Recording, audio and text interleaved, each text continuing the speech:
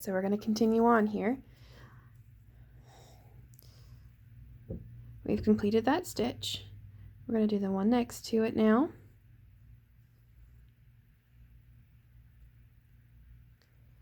And it does take a while to get your groove, okay?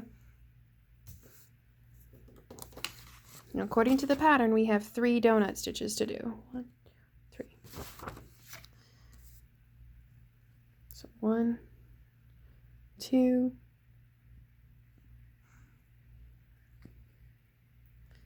and 3. Excuse me, hiccups.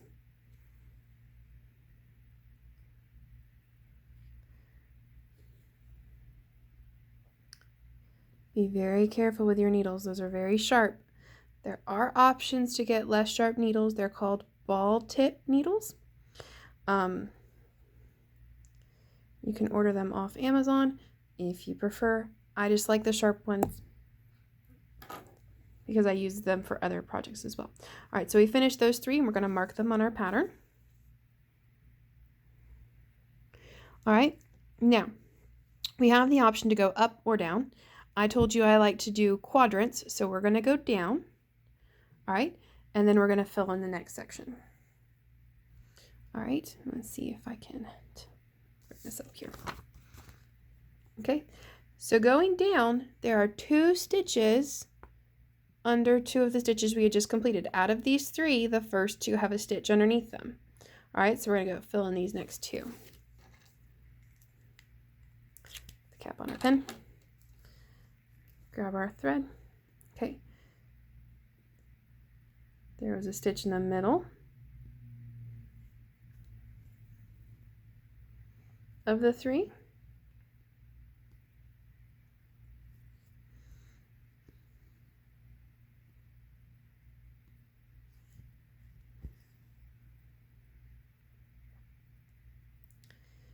And a stitch in the first of the 3. A stitch under the first of the 3. So I'm going to put this one here.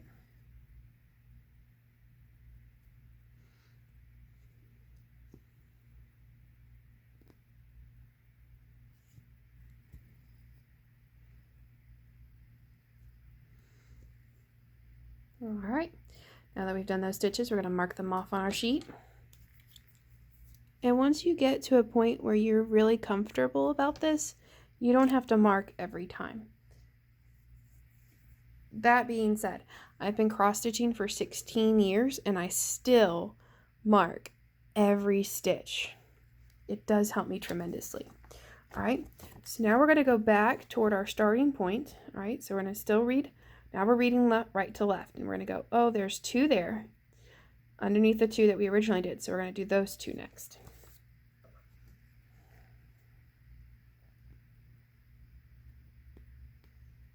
Okay, let's see if we can find that hole. And this is the part that does take a lot of time and talent, or time to practice, is finding where that hole is. And finding it underneath the fabric when you're not looking. Now, you can also help yourself find that point if you want by rotating the fabric over and then finding the hole it goes into. I have found that's a lot harder for me to find the correct hole. I just keep poking up from the back until I find it. So, okay. And now we've got those 2 stitches done. Now, if you want to save yourself a lot of time and aggravation, all right, we're just going to put that off to the side here. We're going to mark those 2 off. Now,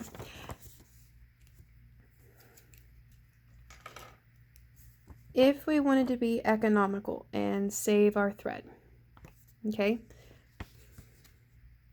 we could do all of our donut stitches at the same time. Because that's what we have in the needle right now is donut stitch, is the color that means the donut stitch. So what I'm going to do now is I'm going to pause you for a second and then I'm going to do a quick stitch. All right, I'm going to quickly stitch the rest of the donuts. All right, maybe not just yet. I'm going to do one more row of my quadrant and then come back and then show you how I'm going to deal with that, okay? So our next row has 1 under the first one, a skip, and then 3 donuts. All right? So we're going to do our first stitch under our normal straight line. There we go.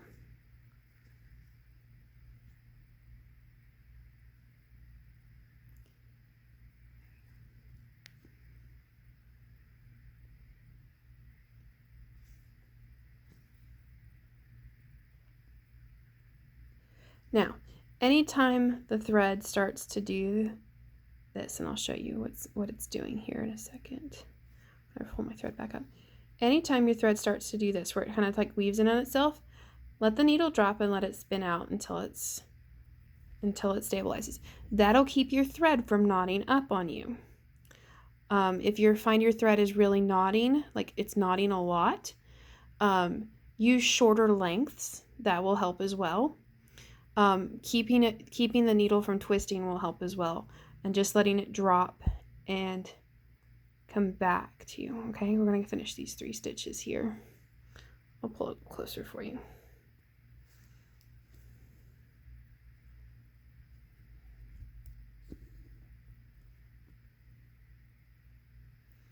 Once you get comfortable with the pattern and with your stitching technique, you can switch it up and find what works best for you. There are so many different videos on how to cross stitch, or what's the best tips and tricks. There are things called pin stitches, loop starts, pin stitches. You've got people that swear by different methods. What you need to do though is find what works best for you in your stitching.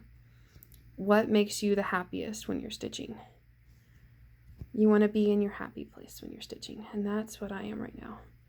Supremely in my happy place. All right, so we've got that row of stitches done. We're going to mark it off on our chart.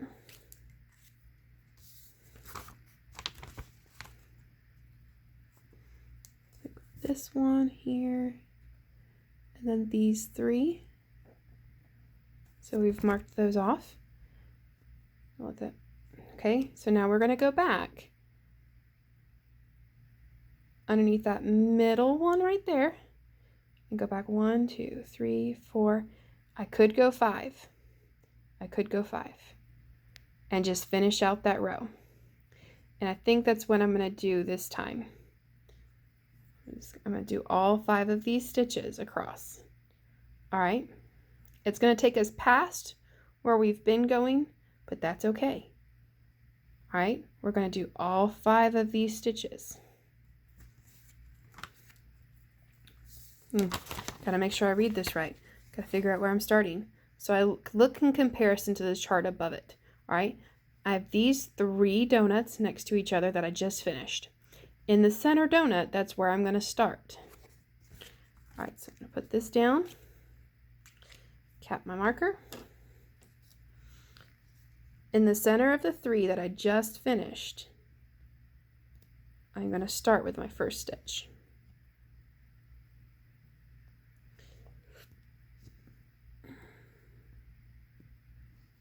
Oop, trying to come up in the wrong hole. Trying to split the thread there. There's a lot of different techniques to do this. You find what makes you happy and find what helps you make the best design. All right. So we're going to do these 5 stitches. So there's 1, 2. Well, let me finish 2.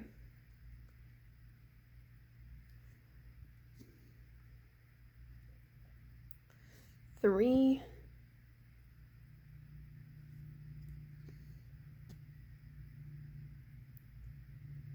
There we go. 4. Nope, that's just 3 still. You start counting and then you're like, oh, no. So this is stitch number 4. This is where I would normally stop. But if we saw in the pattern, there's just one more stitch left on this row. So I'm going to do one more stitch just to finish that row out and make that row complete with the donuts. Oh, come on, where am I going? There I'm going. All right, I'm gonna make sure I don't take that tail of thread with me. So I'm just gonna expand the thread. You only want two to go through. Okay. So that takes care of those 5. We're gonna put our project down and mark those 5 that we just finished.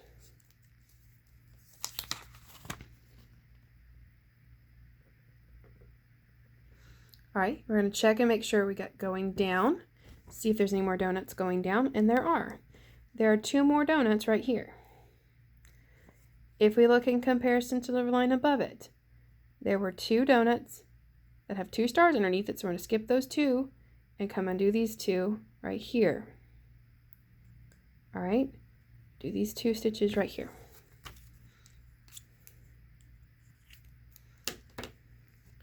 Take our thread and our needle.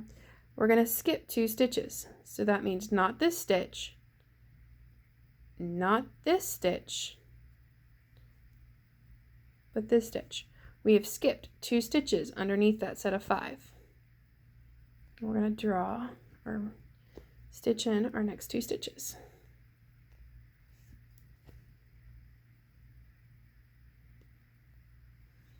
Okay, and then we're going to cross them.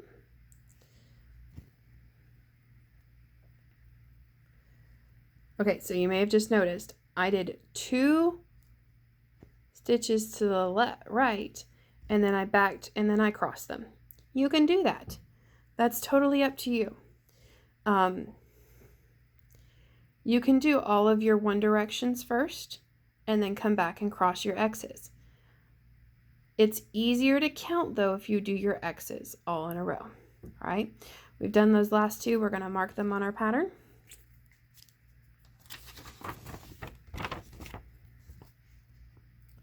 Mark, mark, mark.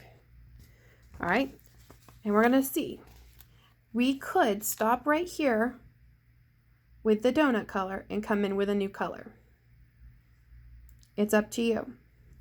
Now we are ignoring these black lines for right now. We'll come back to them in another part. All right. So what we're trying to do is fill out this circle right now. We've got more donut thread. We've got more thread on our needle for that. We're going to continue working until we get to a shorter length, okay? So our next row is above the 5. I'm going to do above the 5 now that we had just finished. We'll actually finish these 2. We're going to go up to these 5, and look, there's 2 more in this row to make a set of 3, a skip, and then another set of 3 total. But we just need to do these 2 more stitches right here. So come up here, above where the 5 was. All right, so here's the 5 that we had finished. All right, and then we're going to go over. I'm going to do 2 more stitches up here. So 1,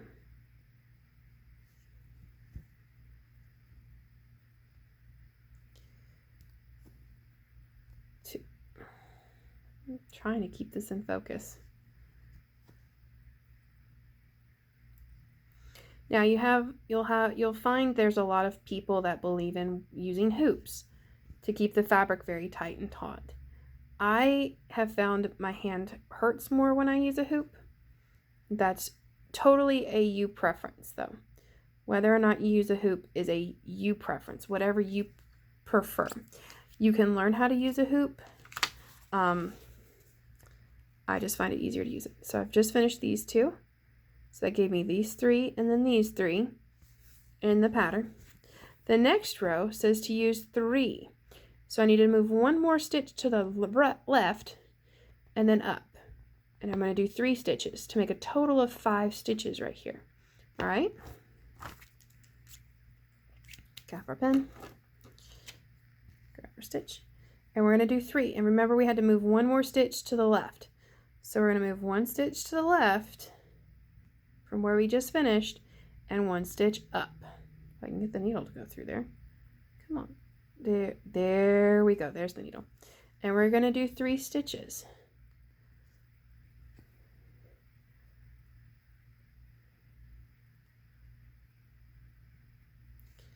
So there's 1. And I'm pulling this thread tight, but not too tight. We don't want to like stretch the fabric. And there's 2. If you've ever painted by number, it's kind of like doing that, but instead of using paint, you're using thread. Did I go in the wrong one? I did. Okay, so here's a problem, okay? You can see this, all right? I've gone into the wrong hole down here and tried to cross my stitch, and it looks a little funky. It looks like a plus sign, early funky plus sign. You can use the tip of your needle, and notice I've unthreaded it. You can use the eye side of the needle to pull out that stitch, and we're going to pull out this next stitch as well. So what we're going to do is kind of work that eye into it until it can get underneath there and pull it out. All right, so now it looks like I actually went into the wrong part there too. Do you see how I've got, let's see if I can do this. If you can see right here, it looks like I went through some fibers. All right, not through the big hole. So I'm actually going to take out this last stitch too. Be very careful not to try and pull up both sides of your X, both parts of your X. Using the eye of your needle, you can help it come back up until you get all your thread out. Okay, so we've taken it back a couple of stitches just to correct that issue. All right, we're going to find our 2 ends. Make sure they're together. Okay, remember you can wet your fingers. That's what I'm going to do. I'm going to wet my fingers a little bit, and I'm just going to give it a little twist there at the end. And then I'm going to, that gives it a little bit more stiffness and a little bit more strength. And then you can thread it this way. Now I will say my eyes are old, so I'm very lucky if I get it both ends to thread at the same time. So we're just going to use our needle threader. Stick the hook through the eye of the needle. Stick the thread through the hook. Oh, come on. Well, that was just beautiful. Let's try this again. Stick the hook through. Stick the thread through there.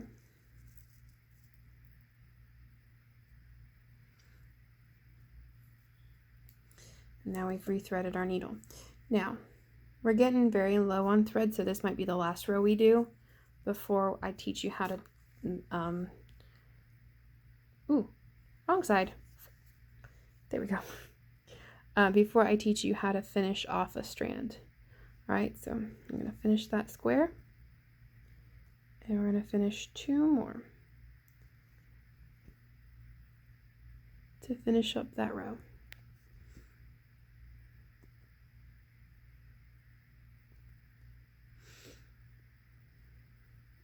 Nope, not that one. Down here.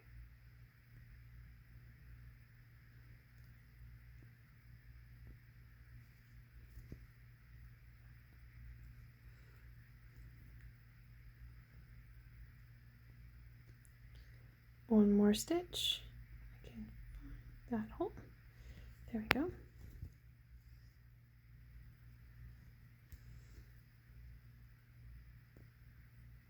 Okay, so it's very important that your hand on the back side, yes, you see my thumb here and my first finger.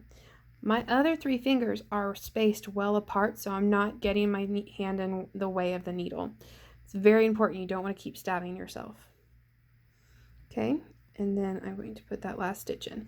Now, I'm going to mark this stitch first, because after we finished our stitches that we knew we were going to do, we're going to mark it on our chart.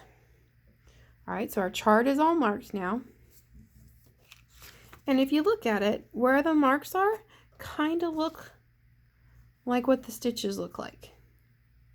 All right, we're going to finish off the 801 because we're running out of thread. All right, so we're going to take our needle, all right, and we're going to take a look at the back of our stitches. Our back of our stitches has some pretty good lines here. Looks very neat and tidy. Not every project does, and that's okay. Your back, the back of your project can be as messy, can be as neat as you want it to be. All right, that is you. That is what you decide you want to do. Now, what I'm doing though is taking my needle and I'm going back under just the stitches, not going through the fabric, just some of the stitches on the back. And I'm just taking my needle all the way through that, and I'm going to unthread the needle, put it on my magnet. And now that I've done that, those stitches on the front are secure. All right, we're going to take our snips. Okay, take our scissors, and we are going to cut the thread. All right, cut the thread as close to the fabric as possible without cutting the fabric, without cutting any other stitches. We're just cutting that end. We're trimming that end off. And this is called an ORT, O-O-R-T. All right. This is a piece of thread that is too short to do anything with. All right. So what we're going to do is you put it in a pile. All right. You can have, if you're going to be cross-stitching for a long time, people have ORT jars, where they put all their ORTs from all their projects. I do not. I think this is just a waste, and I throw it away. So make sure you clean up after yourself between everything. So we have finished this part, all right? We're got a good start here when we've done 801. Now, we can come back in here and continue with 801, or we can go through and do a different color. That is up to you. You do you. All right? But I'm going to finish 801 because that's the type of person I am, that I like to finish all of one color before I move on to the next one. All right? Get some of this thread away. Okay? So I'm going to re-thread my needle with 801, the same way that we did last time. All right? We're going to take our thread. We're going to take our 801. Now remember, this is 5 strands now instead of 6. All right? To separate the strands out easier, I have found that if you pinch with your thumb and first finger and you tap it with your other finger, with your other hand, it kind of fans the threads out so you can find just one. Can I find just one? Oop, there's one. Right there. Can I catch it? Can I catch it? It's going to be difficult to catch. There it is. I caught one. All right, so in catching one, got one in one hand, and remember we're going to pinch and hold with the other one. All right, and just tug this one. You know you're doing this part right when it gathers down here. All right, if it tries to gather up here, you're not holding it tight enough down here. All right, that's all done. I'm going to put this off to the side.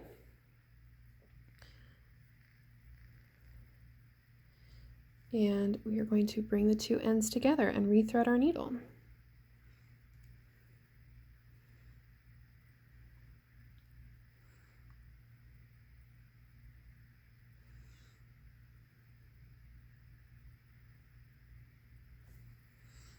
Okay, so we've brought our two ends together. Now you can wet your fingers a little bit, give them a quick twirl, just to strengthen them together, make them easier to thread your needle. Or you can use that needle threader. So we're going to put the needle threader through there, just like that. And then we're going to hook the thread on there. And then pull it through, just like we've done before, where we've got our two ends on one side and our loop on the other. Now this is called a loop start, all right? If you ever want to Google search just what this is a loop start. You can do this with 2 strands, 1 strand, 2 strands, or 3 strands, depending on how thick you want your squares to be. All right, so we're going to look at our we're going to look at our chart and see what our next stitches are. Grab my marker. Oh, Gus, if you wanted to see, there's a cat. He just scared me a little bit, but that's okay. I think he means that our time is up for tonight. We'll come back to this tomorrow.